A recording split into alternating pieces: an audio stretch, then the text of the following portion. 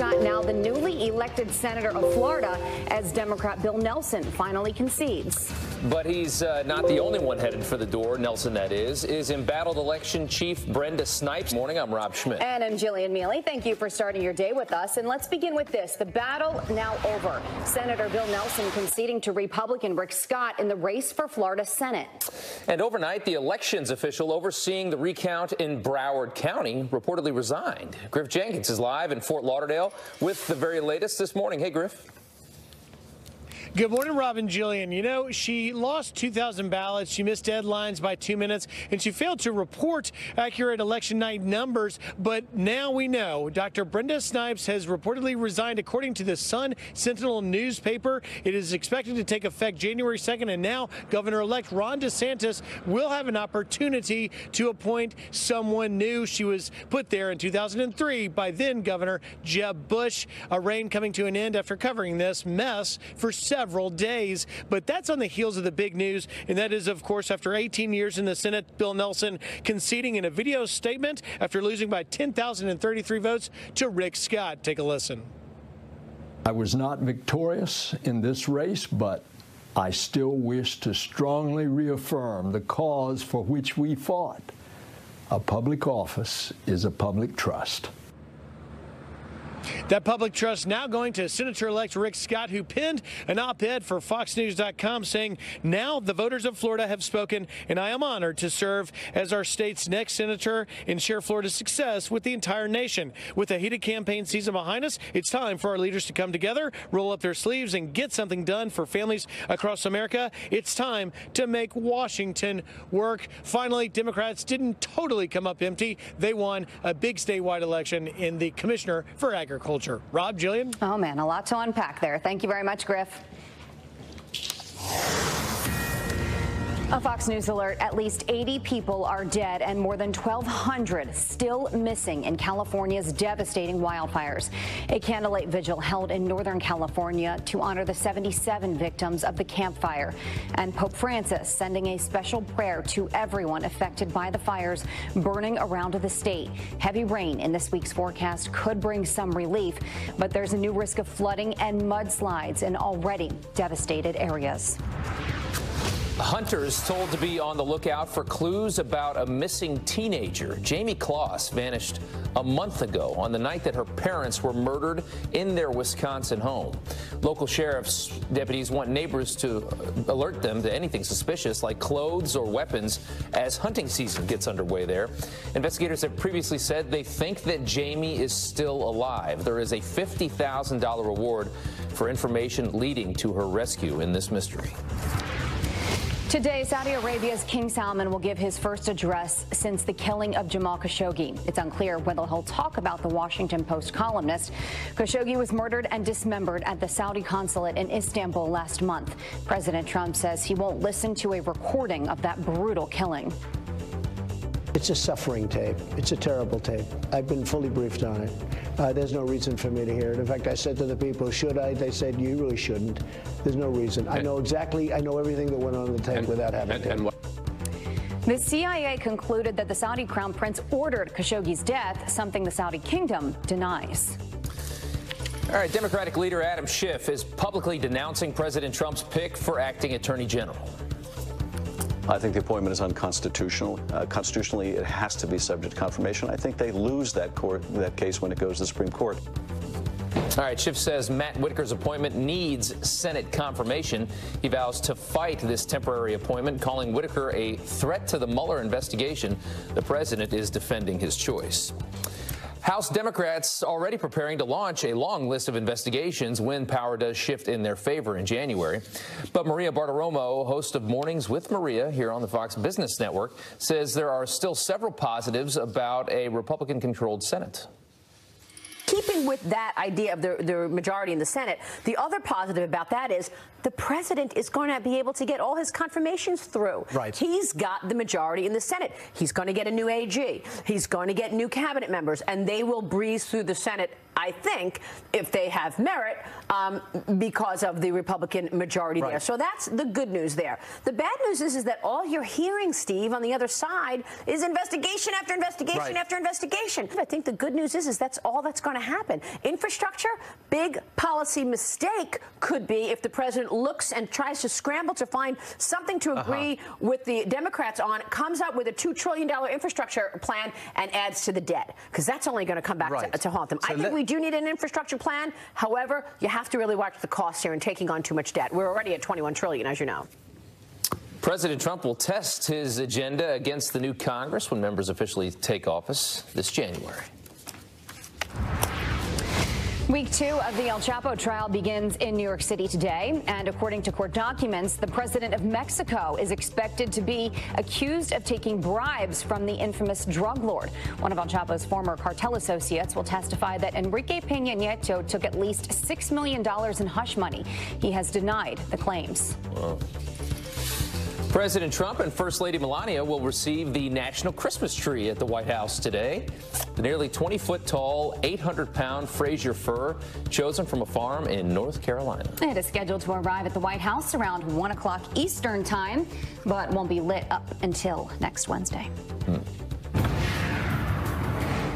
And the holidays are upon us, but a bitter cold blast could snarl some Thanksgiving travel plans. Janice Dean is tracking the threats that we all need to know about on this busy travel weekend. Yes, it's here finally, right? Okay, so we do have a couple of things to take note of. Not any huge systems that are going to plague the whole country, but we are watching for cold air across the Northeast and a system to move into the west. So right now, Rob mentioned it's a little warm. It feels a little relatively warmer here in New York than it did last week. Past 24 hours, we do have a little bit of lake effect snow happening. Interior Northeast sections, that's where we could see some snowflakes across the northern plains, and then some scattered showers across Texas. Now, the West Coast is going to have to be a little concerned for heavy rainfall. So yes, it's a good news story because they need the rain across California, but bad news because it's going to bring the potential for flooding, especially over the burn areas.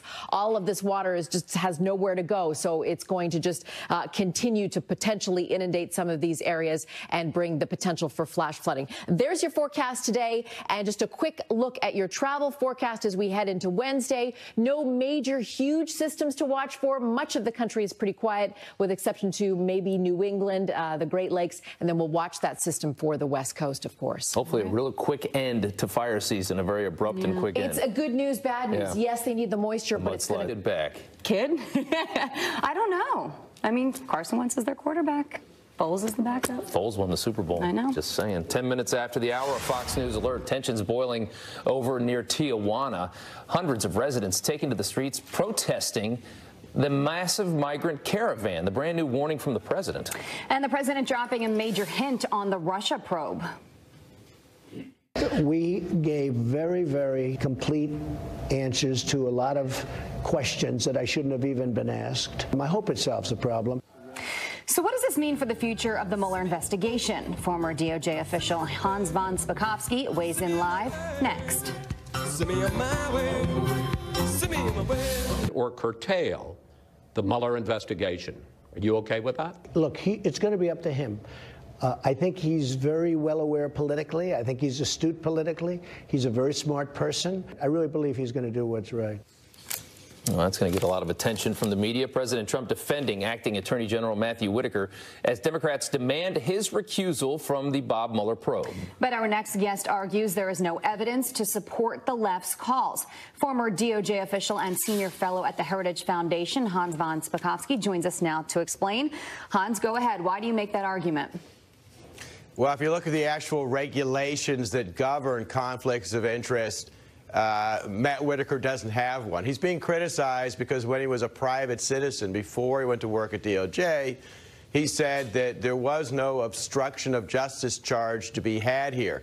That's actually true. Remember, it's DOJ's long-held position that a sitting president cannot be criminally indicted or charged. So all he did was relate, actually, what the policy is of the Justice Department. He's also been criticized for saying, well, he saw scant evidence that there had been any collusion between the Trump campaign and the Russian government, again, when he was a private citizen. Well, again, factually, that's correct. To date, Mueller has turned up no evidence of any kind of any collusion between the Trump campaign and the Russian government. Yeah. So there's no conflict here. Yeah, and I mean, this may be a witch hunt, as the president says. You're right that they haven't turned up a lot of evidence, and it hasn't been going that well for the probe. At least nothing's leaking out, which is surprising. But why go around Rod Rosenstein for deputy AG? I mean, for AG, if he's the deputy, isn't he next in line? I mean, I think that's what is concerning to everybody that believes in this investigation. Yeah, but look, there's nothing that unusual about a president making an appointment like this. Don't forget, remember, at the beginning of the Trump campaign, when they came in, they didn't trust the Obama appointees at the top of the pyramid who were still there, like Sally Yates and others, and they appointed a U.S. attorney to be the acting AG. And I don't think anyone questioned at that time the fact that they went down into the ranks of the U.S. attorney's offices to put an appointment in. As we know, Hans, the president has been answering a lot of questions that should be wrapped up soon. They should be turned in soon, to our knowledge anyway. Once that happens, do you think this will finally be over at some point shortly thereafter? Yeah, I think so, and I'll tell you why. Look, the standard operating procedure of the Justice Department when they are investigating a large operation is they start with the employees down at the lowest levels. They take that information and then they use it to question people at middle management, basically rolling up the organization until they get to the CEO at the top. And the fact that they've now finally gotten to the president, who is the head of the campaign, and gotten answers from him, to me indicates they've probably talked to all the witnesses they were intending to talk to in their investigation, and they're now going to do either simply writing a report on what their findings were or whatever final indictments they might have will come out. Let's go now to the Hillary Clinton email investigation, and we've got James Comey, Loretta Lynch. Remember the tarmac meeting and all of the, there was a lot of scrutiny on all of that happened leading up to the 2016 election. Let's listen, or let's actually read a James Comey tweet here, which was from Friday. House Republicans can ask me anything they want, but I want the American people to watch, so let's have a public hearing. Truth is best served by transparency. Let me know when is convenient. The Republicans don't want this thing to be public, right? Well, I don't know. I wouldn't have a problem with it being public, because then maybe Comey can explain why he made such a fundamental legal mistake, what I would consider malpractice, when he said that there wasn't sufficient evidence to put out an indictment against Hillary Clinton for the mishandling of classified information.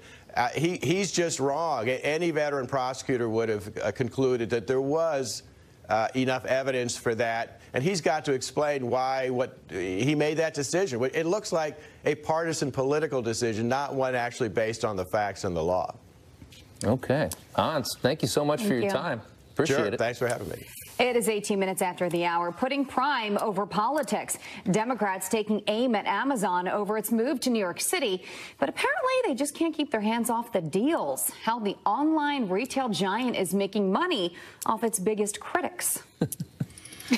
And from head of the State Department to head coach of the Cleveland Browns. I cannot figure this out. What Condoleezza Rice is saying about a potential new gig with the NFL. Stay tuned. Good morning and welcome back. Walgreens and CVS being sued over the opioid crisis. Florida Attorney General Pam Bondi accuses the two pharmacy chains of failing to stop, quote, suspicious opioid orders. They're being added to a previous lawsuit against the maker of OxyContin and other opioid distributors. CVS says the lawsuit is without merit. Walgreens says it doesn't comment on pending litigation. An experimental new treatment could be a, quote, game changer for kids with peanut allergies. Researchers in the U.S. and U.K. gave kids a drug made with a small amount of peanut proteins and then increased that amount over a few months, building up that immunity. And by the end, 2 of 3 kids could eat peanuts without any allergic reaction. Researchers hope to get FDA approval next year. More than 1 million kids in the United States have peanut allergies. Oh. Maybe then we could get the peanuts back on the airplanes, which I miss so much. You could just buy your own. Yeah, but they don't want them even on the plane. It's that dangerous. So New York City Democrats slam Amazon in public, but they are still using the online service in private. Who doesn't, though? Tracy Carrasco from our sister network Fox Business here with more on a bit of hypocrisy. Yes, hey, good morning. There are a lot of politicians opposing the deal with Amazon coming here to New York City. Politicians like Senator Kirsten Gillibrand and Alexandria Ocasio-Cortez. But according to the New York Post, records show that both of their campaigns, in fact, use Amazon to order thousands of dollars in supplies. According to the Post, Ocasio-Cortez, her campaign spent about $10,000 in supplies on Amazon, also had an Amazon wish list, while Senator Gillibrand used about $2,000 to buy supplies on Amazon. Now, a spokesperson for Ocasio-Cortez told the Post that it isn't inconsistent for her to be an Amazon customer while opposing the, quote, corporate welfare, rather. Interesting. Yes. Okay, so Christmas coming a little early, it seems, for a lot of folks. Yes, that's right. Economists say thanks to the falling oil prices and gas prices that Americans could be spending a little extra money this holiday season because they will have a little extra money. With this drop, Americans will save somewhere around $2 to $3 billion. That works out to about $20 to $40 per household. So the big question is, how long will these low oil and gas prices last? But it does come at a good time when a lot of people are traveling. Gas prices may be a little lower. Also, that extra money for the holiday shopping. Yeah. Good news. Yes. Filled up for like $2.50 a gallon over the weekend. Not in New York City. Christmas come early. No, it was out in Jersey, but it was still pretty good. All right, Tracy, thank you. Thanks.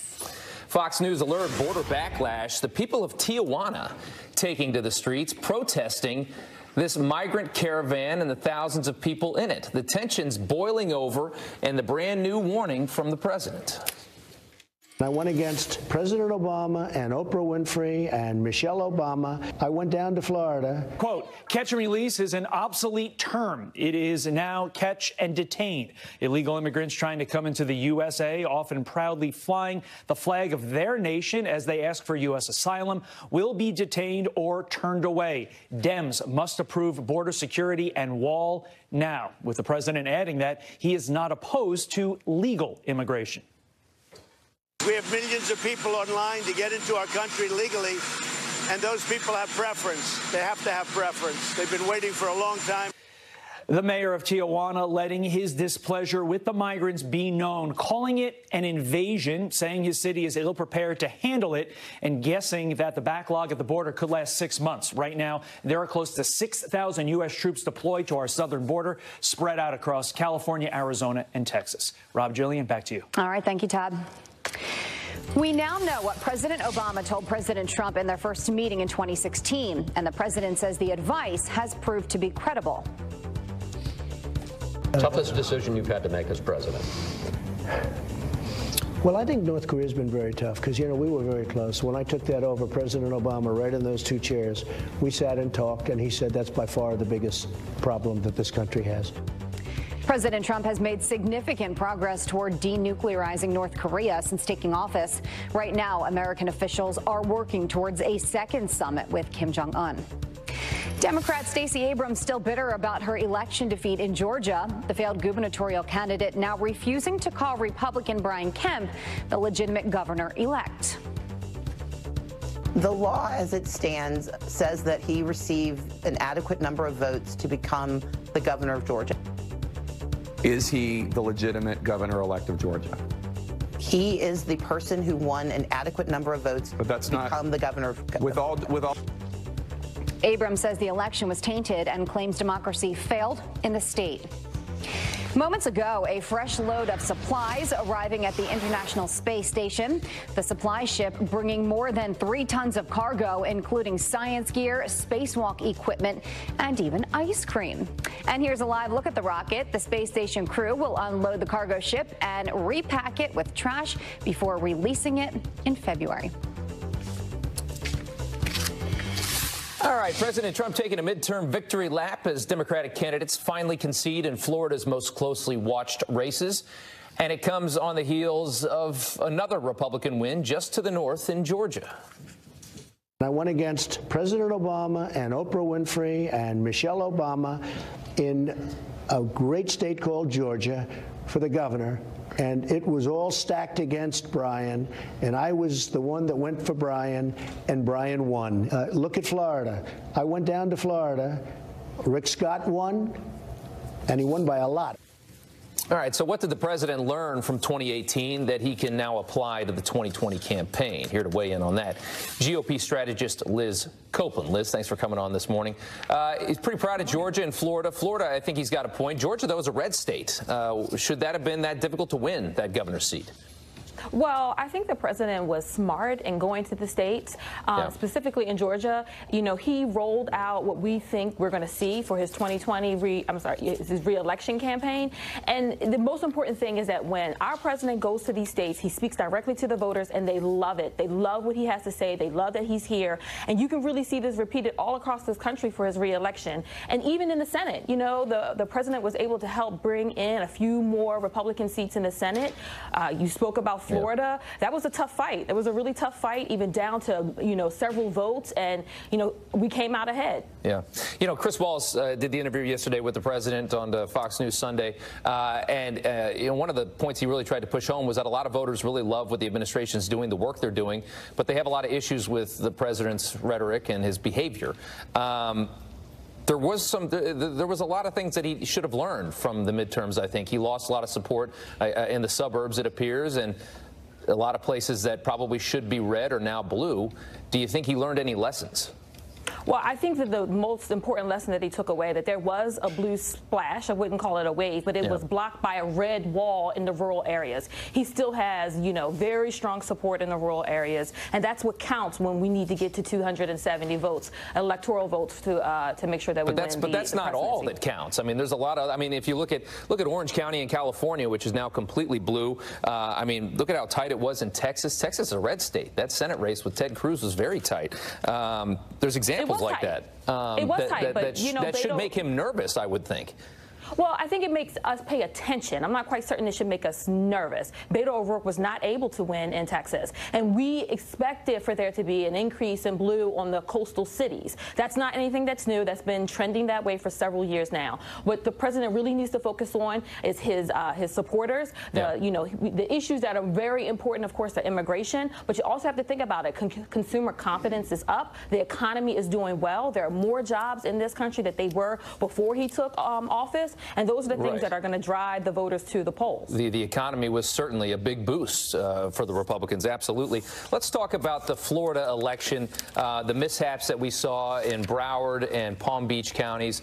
Brenda Snipes is leaving her post after this election and says that she believes that racism was probably some type of a factor in the attacks against her regarding her handling of Broward County in this election. What do you think about that? I think Democrats love to talk about identity politics. Instead of focusing on the rightful administration, how to handle the electoral process, and the issues that are at hand here, that when things don't go their way, when they lose, they throw that term out far too frequently. Yeah, it's interesting. There's been a lot of criticism of her through the years with numerous elections. All right, thank you so much, Liz. We appreciate your time this morning. Thank you. It is just about 37 minutes after the hour. President Trump just weighed in on his White House report card. Where do you rank yourself in the pantheon of great presidents? I think I'm doing a great job. We have the best economy we've ever had. All right, does he make your grade? And what grade did he give himself? Carly Shimkus live next with the social media reaction to this. Good morning, Carly. And these long, long legs are damn near everywhere. Hold up, now you look good. President Trump patting himself on the back when asked about his performance as president in a Fox News Sunday exclusive interview. Take a look at this. I think I'm doing a great job. We have the best economy we've ever had. Look, I hate to do it, but I will do it. I would give myself an A+. Is that enough? Can I go higher than that? Would you expect anything else? Carly Shimkus with Fox News Headlines, 24/7 Sirius XM 115, here with online reaction on that grade from the president to himself. Yeah, you know, isn't the rule rule during job interviews to give yourself an A- or a B+? Well, not the president, who gave himself a better than perfect midterm rating. There are many people, though, who would disagree with that, as his approval rating is at around 47%. But still, there are a whole bunch of folks who are all in on Trump 2020, like this slate of Twitter users right here. Let's see if we can get to some reaction. All right, good. JT says, what an excellent interview, Mr. President. You are the best president in history, sir. So very high praise from that Twitter user. Ken also says he has done in 2 years what some presidents can't in 2 terms. And lastly, another Twitter user writing in saying A+ from me. So the president has consistently given himself high approval ratings when asked to rate himself. Like you said, Rob, no surprise there. You know, I'm so confused by this next story because I would assume that to be the head coach of a football team, you would have had to have been in football. You assume for some amount of time. Yeah. So ESPN reported yesterday that the Cleveland Browns are considering former Secretary of State Condoleezza Rice to be their head coach, but both Rice and the Browns now batting down those rumors. Rice taking to Facebook saying, "I love my Browns and I know they will hire an experienced coach to take us to the next level. I do hope that the NFL will start to bring women into the coaching profession. I'm not ready to coach, but I would like to call a play or two next season if the Browns need ideas." The Browns also weighing in on Rice, saying she is a great leader, possesses the highest possible character, but we are still in the process of composing the list of candidates, and Secretary Rice has not been discussed. So both debunking that rumor. So everybody, Rob, like you said, agrees that you do need some coaching experience to become the head coach of an NFL team. But Colin on Twitter says, in defense of the Cleveland Browns, what has hiring actual football coaches gotten them in the last 50 years? Another Twitter user, Paul, saying this would be the most Browns thing the Browns would do. And Chris on Twitter writing, I have a pretty stellar Madden record. Maybe I could apply. I mean, look, anyone could do better than Hugh Jackson. 3 wins in 40 games. I mean, that's not really. I bet I could do worse. Now. So no Coach Rice. All right, for now, I guess. Yes. Carly, thanks so much. Thanks a lot, guys. Nancy Pelosi gaining support from an unlikely source, that of President Trump. If she needs any votes, if she asks me, I will give her the votes to put her over the top. But with mounting disapproval from her own party, can she take back the gavel in January? We're going to debate that coming up. The typical vacuum head has minutes from right now, right here on this channel. We got a bunch of great guests to talk about the news of the day. The incoming governor of the great state of Florida, Ron DeSantis, is going to be joining us live. Also, Rick Scott, the governor of Florida currently, who is the senator-elect. We'll be talking about the state of the race down there after Bill Nelson has finally conceded. Also, Trey Gowdy, member of Congress, has got he is co-sponsor of a bill that would actually honor the men who were killed in Benghazi with medals of honor. And Alan West, Lieutenant Colonel, is going to be joining us to talk about the very latest of the caravan. So we got a busy 3 hours. Kicks off, Rob, just about 12 minutes from right now, right here on the channel everybody trusts for their morning news. Fresh from South Florida on a Monday morning. Steve Doocy, thank you so much. Congressman-elect and former Navy SEAL Dan Crenshaw silences a political panel. Listen to what he says during a discussion about the president's attacks on the press. How is that an attack on the press, though? Because it's literally an attack on the press. I've literally been attacked, so let's choose our words carefully. Style is one thing. If you want to criticize style, I'm with you, right? But to say it's an attack on the freedom of the press, that is a very bold statement. The Texas Republican lost his eye from an IED blast while serving in Afghanistan. Blue Lives Matter is calling out Democratic Mayor Bill de Blasio and Governor Andrew Cuomo of New York. The pro-cop group wants them to overturn a decision not to honor the first NYPD officer who was killed in Iraq. A community board rejected a ceremonial street renaming for Staff Sergeant Jimmy McNaughton, who was shot and killed by a sniper in Baghdad in 2005. An online petition supporting the renaming has over 5,400 signatures. Jillian. Nancy Pelosi is facing a challenge from members of her own party in her quest to become Speaker of the House. But she's getting support from an unlikely source, President Trump. I like Nancy Pelosi. I mean, she's tough and she's smart, but she deserves to be Speaker. And now they're playing games with her. There's nobody else should be speaking. If she needs any votes, if she asks me, I will give her the votes to put her over the top. Democrats won't be voting until after Thanksgiving. So does the timing spell trouble for Pelosi? Here now to debate is political analyst Rochelle Ritchie and conservative radio talk show host Shondell Summer. Thank you both for joining us. Rochelle, I want to start with you. What do you make of what you just heard from President Trump? Well, you know, I have to wonder exactly why the president is supporting Pelosi, and I wonder what is in it for the president. I mean, this doesn't really seem like someone he would want to support. I mean, she's a powerhouse as a speaker, and she's a powerhouse for the Democratic Party as well as far as raising funds. But I will say that there is some risk, obviously, with ousting Pelosi. I mean, she has the experience, she has the ability, like I said, to raise money. But I think that she does not recognize who her supporters are. And when you think about this, black women have been the base, the backbone of the Democratic Party, and yet we have not had a seat at the leadership table ever. 1789. That's how long it's never happened for African American women since 1789. So I think that it's time for Democrats to stop using the votes of black people while ignoring our voice. Shondell, so far about 20 Democrats oppose Nancy Pelosi. Who knows what happens as this draws closer. What do you make? Good morning, Jillian.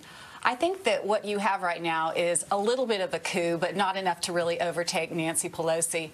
They would need about 28 votes to overturn the speakership and have it go to someone else. Right now, there's been a challenger, Marcia Fudge from Ohio, who is a black woman who is challenging Nancy Pelosi, but it's probably just an attempt to obtain a better committee assignment or some type of concessions from Nancy Pelosi, and political favors being what they are.